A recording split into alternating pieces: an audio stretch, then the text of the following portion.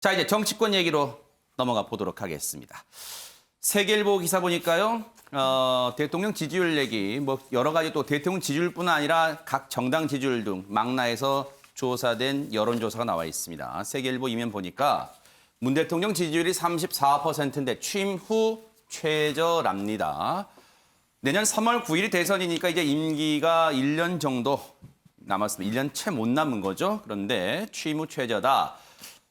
들여다봤습니다. 부동산 정책 부정적 평가가 34%. 재보선 야당 후보가 당선돼야 된다라고 입장을 나타낸 분도 57%에 달한다. 이런 조사가 나와 있습니다. 잠시 읽어볼게요. 그리고 이 여론조사 세밀하게 네 분과 함께 분석을 해보도록 하겠습니다. 26일 날 한국갤럽이 발표한 3월 4주차 여론조사 결과를 보니까요. 문 대통령 직무수행 평가가 긍정평가는 34%, 부정평가는 59%로 나타났습니다. 이렇게 조사 결과는 각 홈페이지에 보면 잘 나타나 있고요. 연령별로 보니까요. 60대 이상과 20대, 50대의 지지율이 낮았고 문 대통령의 콘크리트 지지층인 40대에서도 올라갑니다. 긍정평가와 부정평가가 49대 48로 팽팽하게 맞섰다고 합니다. 국정 운영을 부정적으로 평가한 이유도 좀 들여다봐야겠죠. 부동산 정책이 1위로 꼽혔고요. 충분히 예견됐던 이유일 것 같습니다. LH 사태 등으로요. 경제 민생 해결 부족 8%, 공정하지 못함 내로남불 등이 뒤를 이었다고 합니다. 물론 최민희 의원님, 역대 대통령들이 임기를 한 1년 정도 남겨놓고 조사된 여론조사를 봤을 때 그 여론조사 수치 보면 아직도 여전히 문재인 대통령이 높기는 합니다. 그런데 이제 선거와 맞물리면서 좀 여당의 분위기가 조금 심상치 않을까요? 어떻습니까? 그러니까 역대 대통령과 비교해서 지금 지지율이 높다 이런 거를 지금 얘기할 시점은 아니고요.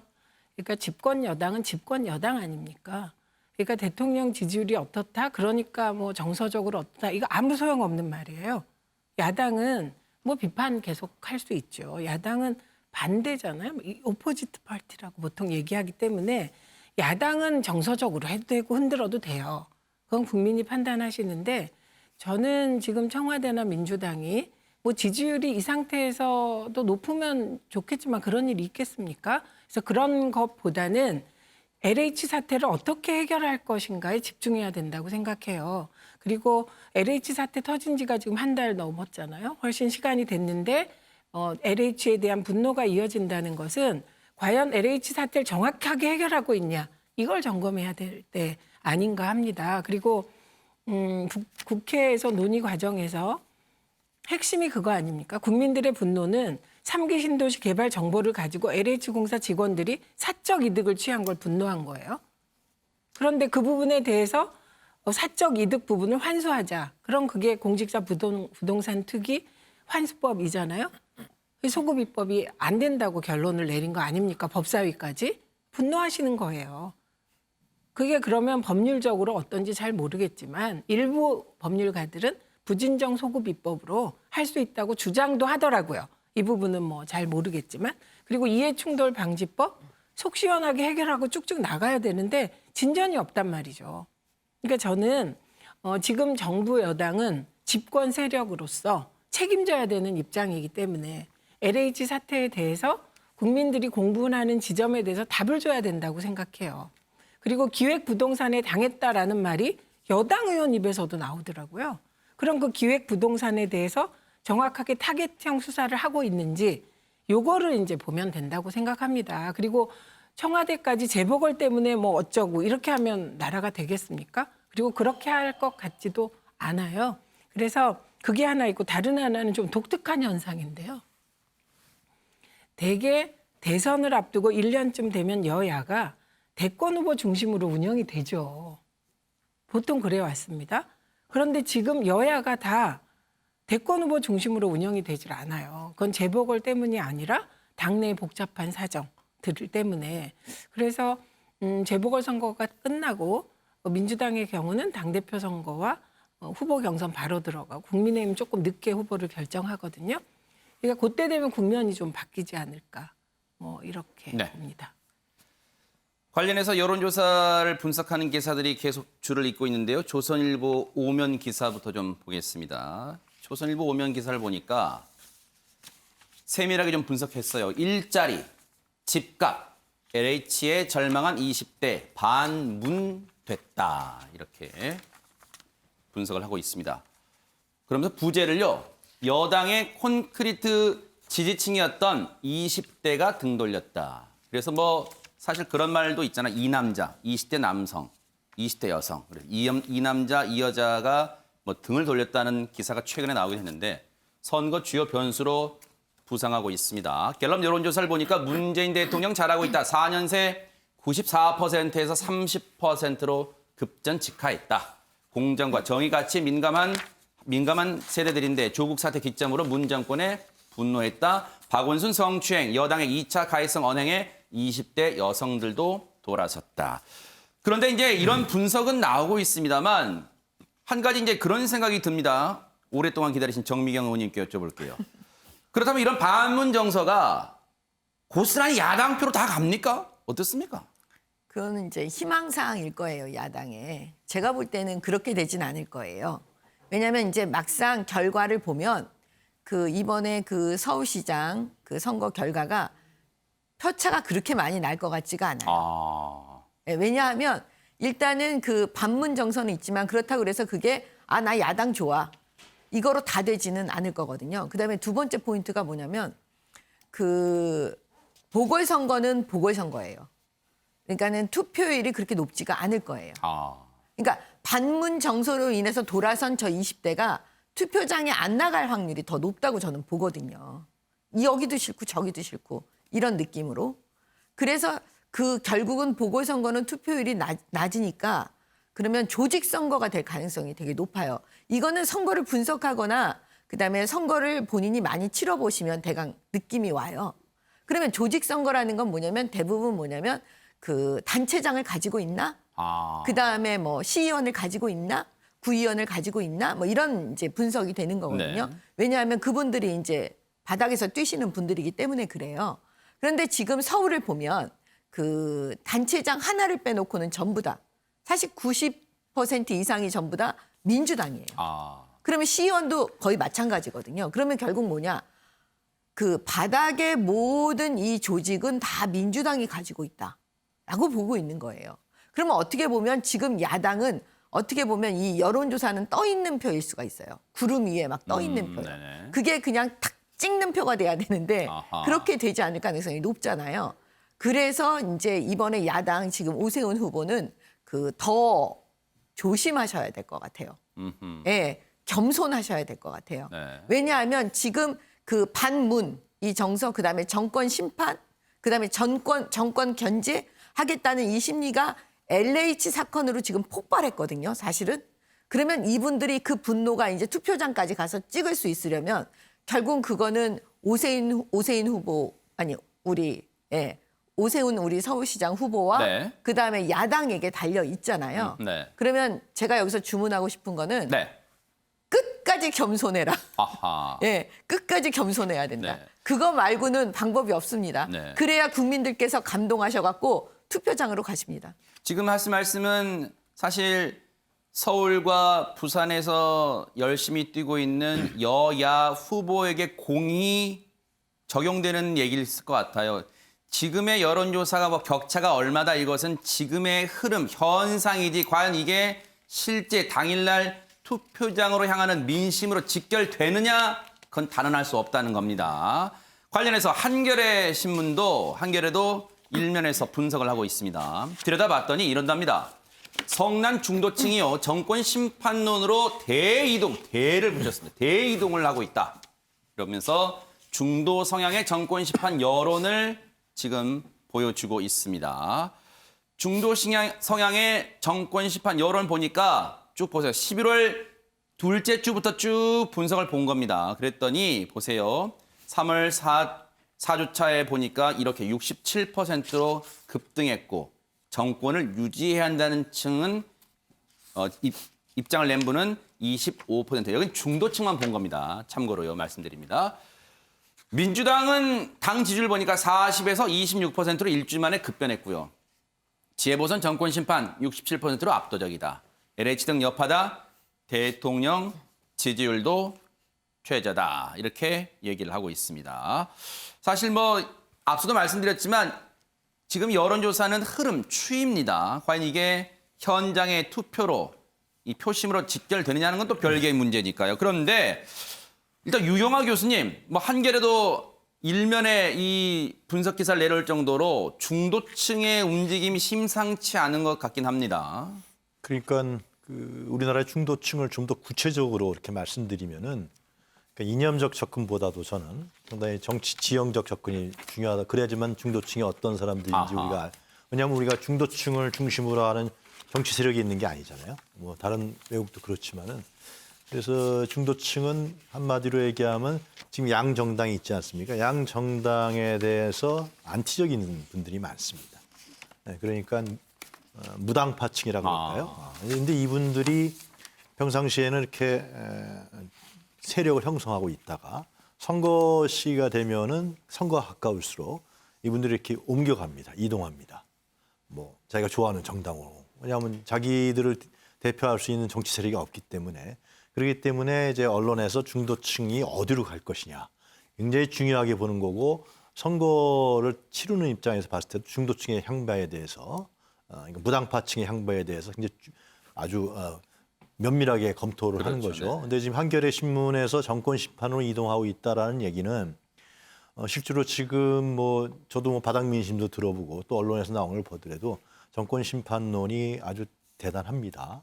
그거는 뭐 여러 가지 이유가 있겠지만은 특히 20, 30대를 중심으로 하는 부동산 정책 또 LH의 기름 부은격 뭐 도대체 뭐냐 다 해먹은 거 아니냐 이러한 분노들 이 분노와 어떤 그 아주 화가 나는 부분들이 선거가 가까우면서 심판하겠다.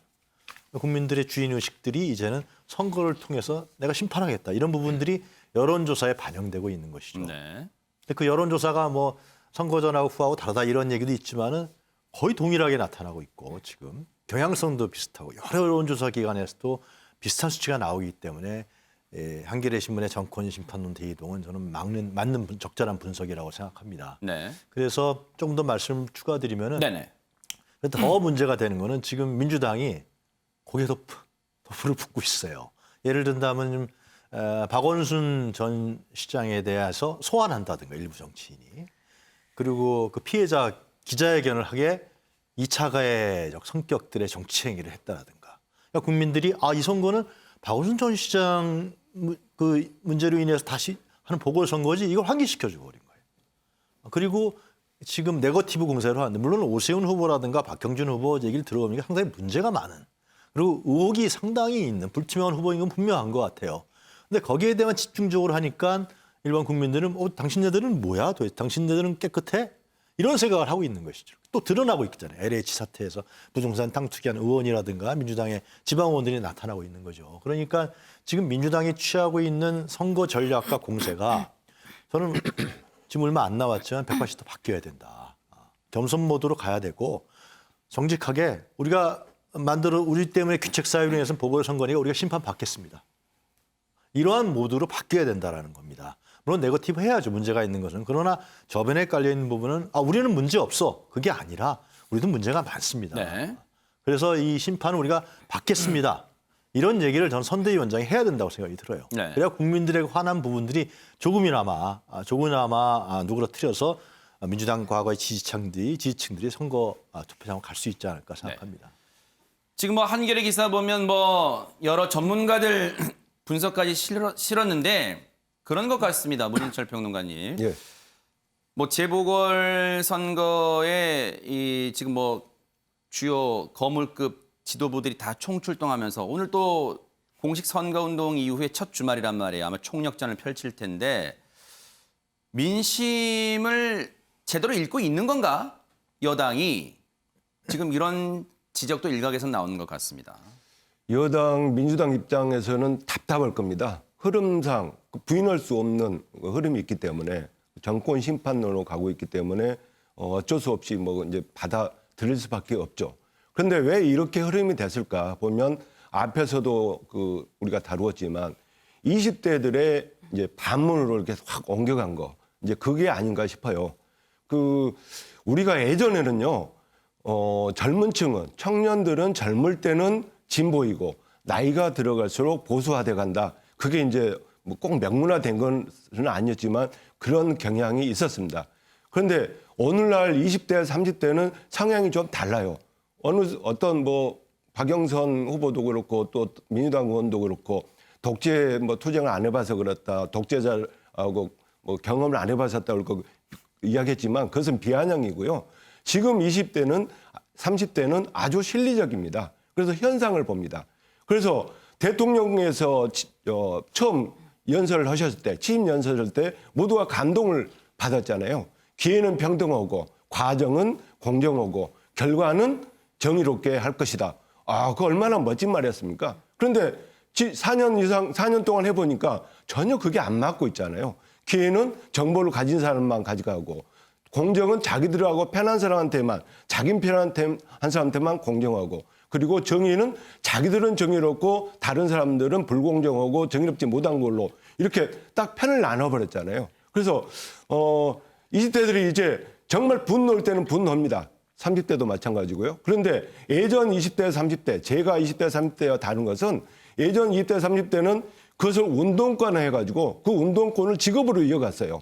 뭐 대부분 지금 정치도 마찬가지고 그렇게 가는데 지금 20대, 30대는 그걸 직업화하지 않습니다. 그냥 분노할 때는 분노하고 그걸 이제 표출할 뿐이죠. 그래서 그 젊은 층이 대거 반문으로 돌아섰기 때문에 지금 네. 이제 흐름이 나온 것인데 이제 투표장에 갈 건가 안 갈 건가는 조금 지켜봐야 될 것 같습니다. 네.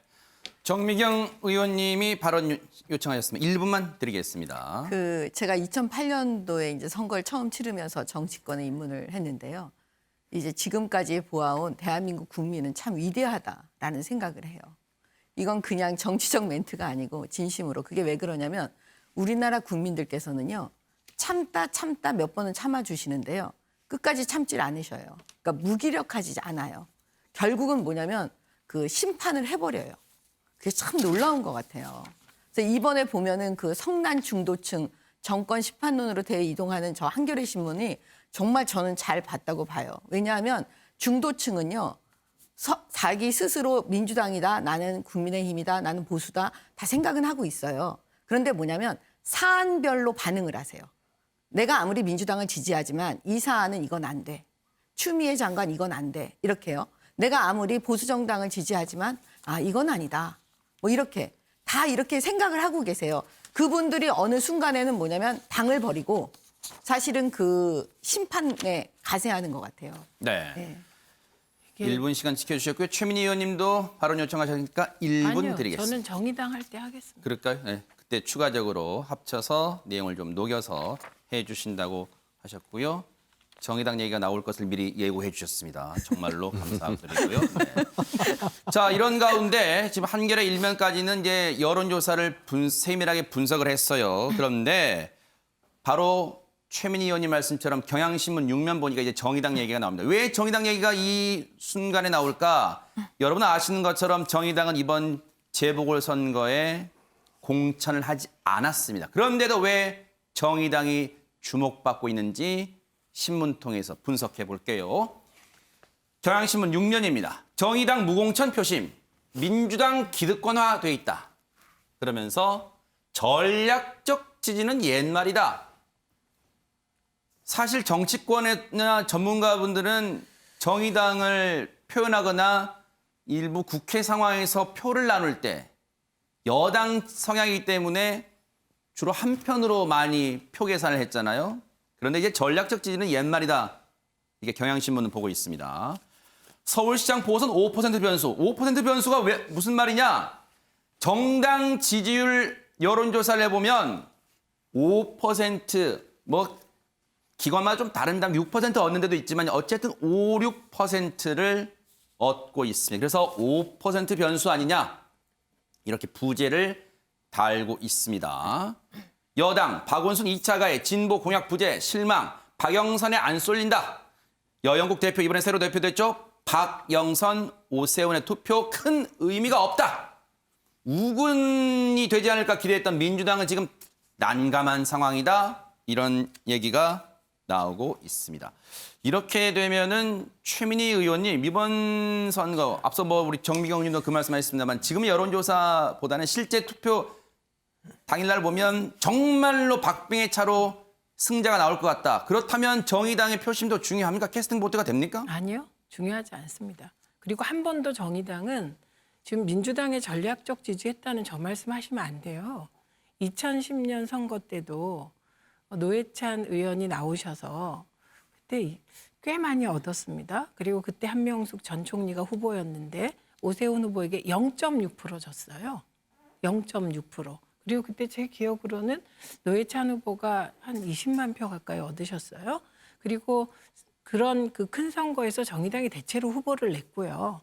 경기도에서만 유시민 심상정 단일화가 있었으나 그것도 늦어서 그게 별 효과가 없었거든요. 그래서 저 기자가 현실을 조금 도외시하고 쓴 글입니다. 그리고 저는 정의당이 자기 후보가 나왔는데 민주당 후보를 전략적 지지하는 건 있을 수 없는 일이라고 생각하거든요. 정의당 지지자는 정의당을 찍어야죠.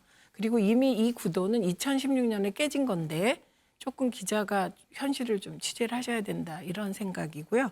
그리고 민주당이 지금 그 정의당 표를 가지고 이기고 지고 이런 얘기할 상황은 저는 아니라고 봅니다. 표 차이가. 그건 여론조사 결과에서도 어느 정도 비등비등할 때 얘기고요. 지금 마치 뭐 민주당 성토장 같고 뭐 이런 토론 분위기인데 그래도 할 말은 해야 되겠죠.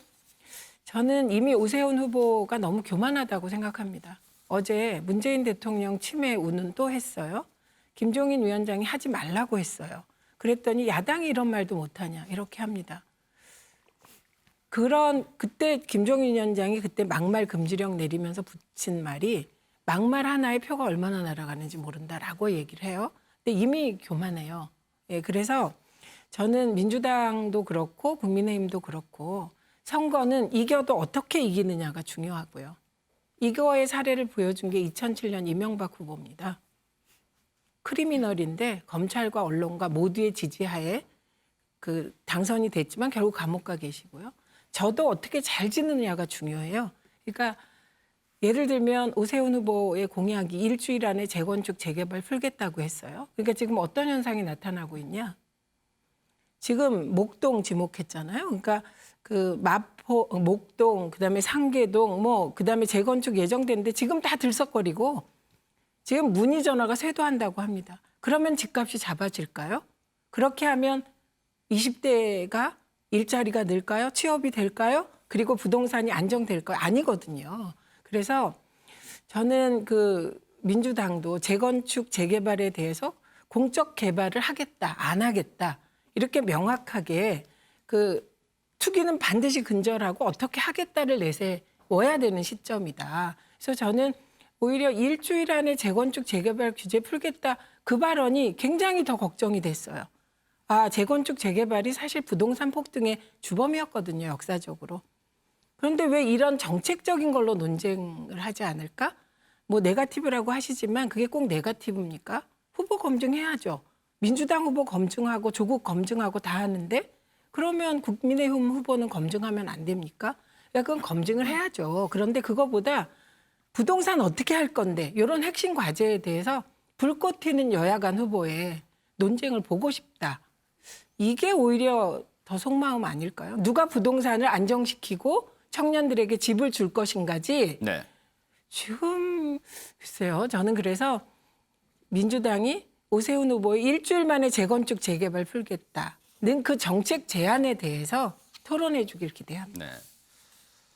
그래서 선거 임박해서도 또 방송기자연합회의 또 토론회도 준비가 되어 있습니다. 마지막까지 유권자 여러분의 표심에 이 도움을 드리기 위한 방편인 걸로 이해가 됩니다. 동아일보 기사 좀 볼까요? 동아일보 기사 보니까 정의당 얘기가 하나 더 나옵니다. 국민의힘은 물론 민주당도 심판해야. 그러니까 국민의힘도 심판하겠지만 민주당도 잘한 거 없다, 심판할 거야. 정의당 입장에서는 그런답니다. 여당 입장에서는 한 표가 아쉬운 상황인데 곤혹. 최민희 의원님하고 좀 다른 분위기예요. 최민희 의원님은 캐스팅 보트 안 될 거라고 일단 보셨는데 일단 이런 얘기를 하고 있습니다. 잠깐 읽어보고 정미경 의원님 얘기 들어볼게요. 정의당이 4.7 재보궐선거를 앞두고 연일 국민의힘뿐만 아니라 더불어민주당도 심판해야 한다고 목소리를 높이고 있다. 각종 여론조사에서 국민의힘에 밀리고 있는 민주당은 범여권으로 분류됐던 정의당까지 나서 심판론을 펼치자 곤혹스러운 기색이다. 실제로 여영국 대표가 모 라디오 인터뷰에서 그런 말도 했어요. 그거 마저 읽어볼게요. 거대 양당 후보 두 사람에게 투표하는 자체가 큰 의미가 없다고 생각한다. 민주당 박영선 후보와 국민의힘 오세훈 후보 모두를 비판했고요. 두 사람 모두 서울 아파트 공급을 어떻게 잘할 것이냐, 고도 제한을 누가 잘 풀 것이냐, 이런 개발 경쟁을 하고 있다.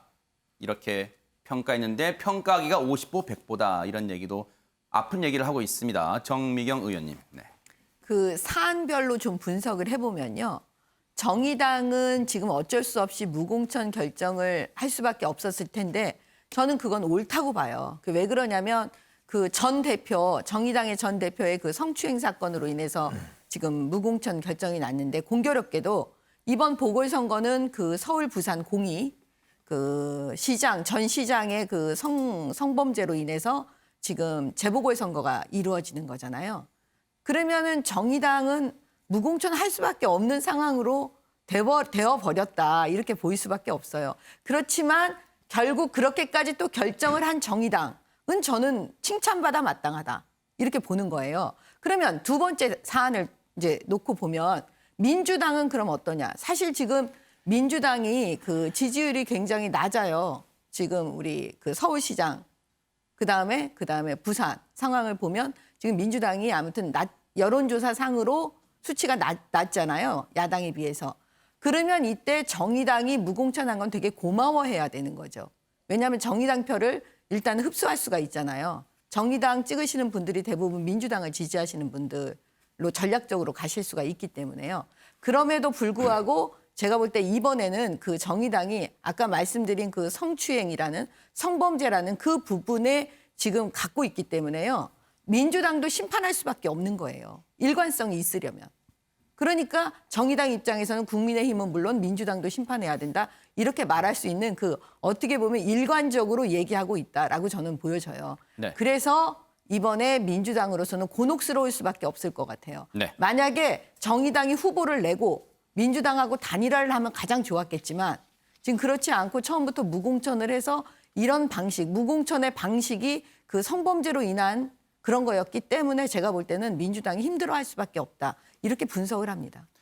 문인철 평론가님이 발언 요청하셨으니까 1분 드리겠습니다. 예, 그 여론조사 결과가 지금 많이 공표가 되는데요. 이제 그 중에서 한 군데를 제가 말씀을 드리면 매주 초에 4군데 여론조사 기관에서 공동으로 조사를 해서 발표하는 게 있습니다. 거기 보면 이제 대선 후보 지지율도 나오고 대통령 지지율도 나오고 그리고 지방자치 보궐선거 이제 지지율이 나오는데요. 제가 깜짝 놀란 게 그 전주에는 그 대선 후보 지지율이 이재명 지사가 1%포인트 차로 1등이고 윤석열 총장이 2등이었거든요. 그런데 이번 주 초에 발표된 걸 보면은 1% 차이로 역전을 윤석열 전 총장이 했더라고요. 그래서 이게 뭐지? 이렇게 좀 자세히 봤더니 정의당 지지층에서 대거 윤석열 지지로 이렇게 바꿔 탔더라고요. 그래서 이게 일시적인 현상일까?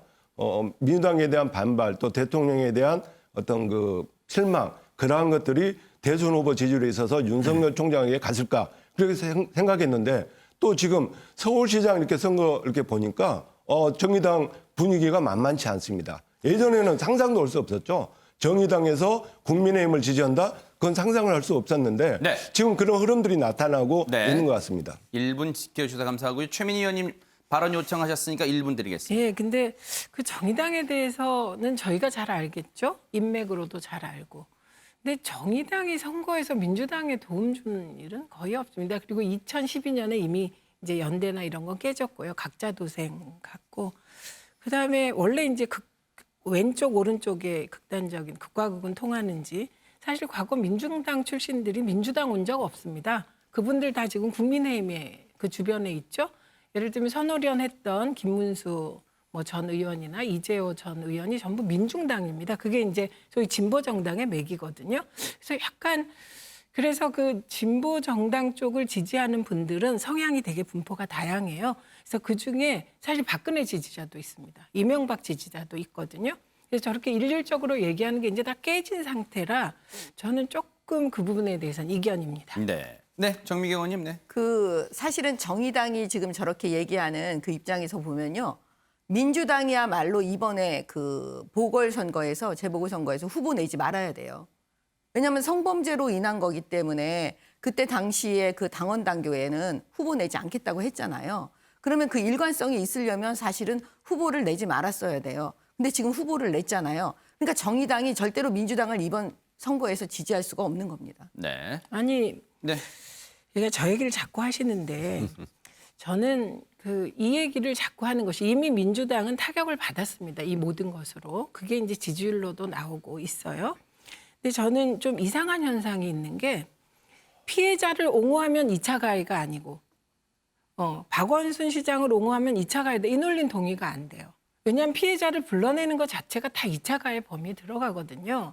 그래서 이제 충분히 이득을 얻으셨으니 야당 쪽은 저는 피해자에게도 잊혀질 권리를 주고 돌아가신 박원순 시장도 사실 욕할 만큼 먹었다고 생각합니다. 저는. 네. 그분이 잘못했죠. 그런데 충분히 욕먹었고 그 유가족도 충분히 고통받았다고 생각해요. 그래서 피해자와 박원순 시장 모두에게 이제 잊혀질 권리를 좀 주시면 어떨까. 네. 그렇게 앞서가면서도 계속 그렇게 하는 게 옳습니까? 네. 그건 또 너무 야박하지 않습니까? 자, 정체 구간에서 우리가 많이 머물렀습니다. 이제 가속 페달 좀 밟아 보도록 하겠습니다. 오늘 공식 선거운동 이후 첫 주말이라고 앞서 말씀드렸죠. 여야 할 것 없이 총력전, 후보들이 제일 바쁠 거예요. 일단 어제 박영선 서울시장 후보 그리고 오세훈 서울시장 후보 두 후보의 얘기 좀 들어보시고 이어가 보도록 하겠습니다. 지금 봐서는 뭐 격차가 좀 많이 나 보입니다 보니까 오세훈 후보와 역전 네. 좀 가능한 걸로 보십니까? 가능합니다. 하루에 2%씩 따박따박 올릴 자신이 있습니다. 하루에 네. 2%씩이요. 네. 왜냐하면 이번 선거는 예. 일하는 시장이냐 정치 시장이냐의 대결이고요. 예. 새로운 미래를 향하는 새 시장이냐 아니면 낡고 실패한 10년 전 시장이냐의 대결이고요. 민생 시장이냐 정쟁 시장이냐의 대결입니다. 서울이 정쟁의 대상이 되면 안 됩니다. 지금 뉴스 보면 제가 지지율이 조금 앞선다고 나오는데 이런 보도 믿으시면 안 돼요. 선거 있기 열흘 전에 앞서다가 뒤집힌 적 얼마 되지 않습니다. 그렇죠? 정신 안 차리면 어떤 일이 벌어질지 모릅니다. 어떻게 하면 이길 수 있습니까? 맞습니다. 민주당 그렇게 호락호락한 정당 아니죠? 지지율 떨어진다고 해서 쉽게 포기할 정당 아닙니다. 전진할 겁니다. 네. 박영선 후보의 2%씩 따박따박 마치 히딩크 감독이 예전에 했던 말 비슷하기도 해요. 월드컵 기간에 맞춰서 계속해서 1%씩 실력을 쌓겠다 했던 그런 말까지 하면서 자신감. 앞서도 말씀드렸지만 뚜껑은 선거 당일날 열어봐야 되기 때문에 오세훈 후보도 그래서 지금의 지지율에 도취되지 말자라는 걸 지지자들 앞에서 호소를 했습니다. 그런데 선거가 오늘 이제 하루 앞으로 다가왔잖아요. 재보궐선거가. 근데 이런 일이 있었습니다. 한쪽에서. 조선일보 기사를 보니까요. 이런 얘기가 있네요. 조선일보 신면 기사입니다. 선거 앞둔 미묘한 시기예요. 민주야 좋아해 버스 광고가 실렸답니다. 하하 이거네요. 버스 이제 뒷면입니다. 이 광고판을 설치할 수 있게 버스에는 뭐 옆에 측면도 그렇지만 뒷면에도 광고가 이제 실리잖아요. 그런데 민주야 좋아해 어떻게 해서 이렇게 광고가 실렸는가 봤더니 동영상 서비스 업체 넷플릭스라고 뭐 할 게 다 기사에 나오니까 넷플릭스가요. 드라마 홍보 차원에서 이 광고를 내렸답니다. 그런데 부적절하다 민원 제기에 모두 내렸는데 왜 부적절한가 봤더니 유용하 교수님 네. 그 해당 드라마 홍보라고 했는데 그 드라마에 등장하는 인물에 민주라는 이름을 가진 인물이 등장하지도 않는다는 거예요. 그래서 이제 이게 부적절하다라고 이제 사실 국민의힘 박대출 의원실에서 먼저 문제 제기를 해서 이 사진까지 공개가 됐습니다. 선거에 영향을 줄 수가 있는 것이죠. 그러니까 이제 광고를 내린 거로 알고 있습니다. 그렇죠? 네네. 예, 그렇기 때문에 그렇게 한 것인 건데 조선일보에서 보도를 했고 이런 부분들은 서울시 선관위에서 엄격하게 잘 봐야겠죠. 아까 이제 많은 분들이 얘기하셨기 때문에 제가 조금만 더 말씀드리면은 그러니까, 저는 이제 민주당이 심판론을 빨리 받아들여야 된다는 얘기는 그래야 민주당을 지지했던 촛불로 인해서 민주당을 지지했던 이 유권자층들이 민주당이 자세가 돼 있구나. 심판받을 자세가 돼 있구나. 그래서 그다음에 넥스트로 인물과 대안으로 간다는 겁니다. 이 박영선 후보가 처음에 장관 그만두고 나왔을 때 여론조사에서 누굴 대입해도 이기는 걸로 나왔었어요. 근데 역전됐잖아요. 그거는 아까 말씀드린 대로 LH 사태도 있지만은 그 이후에 지금까지 오는 과정에서 민주당이 겸손하지 않았다라는 거예요. 겸손한 모드로 가야 되니까 그래서 겸손한 모드로 가고 심판 받겠다 우리는 겸손하게. 그러면서 그러나 그 이후는 우리가 이런 대안을 갖고 있습니다. 그 대안으로 봤을 때 그러면은 지금 국민의힘 후보는 어떻습니까? 이렇게 가야만 맞는 것인데 현재 민주당 분위기는 이 보궐선거가 만들어진 이런 귀책사유 이 부분에 대한 반성과 우려는 국민들에게 보이지 못하고 있는 것인가? 국민이 더 화가 나는 거고 지금 현재 여론조사 추이는 계속해서 벌어지고 있는 것이죠. 물론 이것이 선거 때 어떻게 될지 봐야겠지만 그런 점에서 상당히 저는 안타깝고 아쉽기 때문에 말씀드렸습니다. 네. 사실 이건 하나의 단면일 수 있어요. 문인철 평론가님. 이게 이제 선거가 10하루 남았기 때문에 지금 이건 그냥 해프닝성으로 이제 끝났다고 쳐요. 그런데 10하루 동안 여든 야든 공히 이런 우리 그런 말 있잖아요. 뭐 배나무 아래에선 가끔 고쳐 쓰지 말라. 뭔가로 오해받기 십상인 그런 상황이 앞으로 10하루 동안 나올 수 있지 않을까? 뭐 그런 얘기도 나옵니다. 저는 집권당의 프리미엄이라고 생각합니다. 홍보를 하는 사람들이 넷플릭스가 작은 회사가 아닌데 선거를 앞두고 어떠한 오해를 받을 수 있겠다.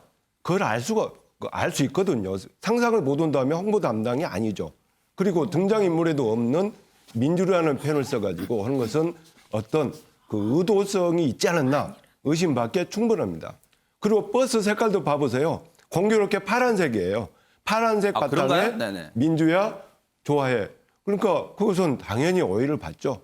그래서 저것은 여당 프리미엄인데 적절하게라도 잘 내린 것 같습니다. 그리고 네. 이러한 시도는 또 계속 있을 수 있어요. 그러면 또 언론에서 한번 살피고 또 야당에서도 살펴서 어떤 특정한 사람에게나 특정 정당에 불리하게 해서는 안 되겠죠. 네, 최민희 의원님. 네. 아니 지금 저 말도 안 되는 소리 하고 계신 거예요. 저 회사 버스는 원래 저 색이었고요. 중요한 건 이건 넷플릭스가 민주라는 이름만 썼다면 저런 비판이 가능해요. 근데 이게 오래전에 진행된 이벤트예요. 그런데 그 이름을 쭉 받았더니 41개 정도가 이제 들어왔어요. 그중에 민주도 있고 미니가 있을 수도 있어요. 미경도 있을 수도 있거든요. 그래서 그게 돌아가면서 뜨게 돼 있는 거예요. 저기 효정아 좋아해잖아요. 지금 하면은. 그런데 이 시기에 민주라는 이름을 왜 정무적으로 안 뺐냐. 이것까지 그 홍보 담당자한테 묻는 건 무리고요. 그러나 내리는 건 맞죠. 그러나 저렇게 분석하시는 건 정말 말이 안 됩니다. 왜냐하면 아니 그 담당자가 민주당을 좋아해서 요 시기에 민주라는 이름을 넣었다. 근거 없는 얘기잖아요. 그거는 국민들이 41개를 한 거 중에 민주라는 이름이 있었던 거예요. 정미경 의원님. 네, 그 지난번에 그 안철수 오세훈 그 단일화에 대해서 선관위가 조사를 시작했잖아요. 그 선거법 위반이라고. 그러면 제가 볼 때는 그 공정하게 하시려면 이번에도 이것도 이제 선거법 위반으로 고발을 그 아마 야당에서 할 테니까 이것도 조사를 해서 도대체 왜 이런 일이 벌어졌는지 네. 밝혀야 될 것 같습니다. 네. 아니 이미 조사 시작했다고 기사 뒤끝에 네네. 있습니다. 자, 그러니까 이제 아마 이런 부분도 선관위가 앞으로 활동이 발 빠질 수밖에 없어. 이런 비슷한 예가 앞으로 안 나오리란 법이 없습니다.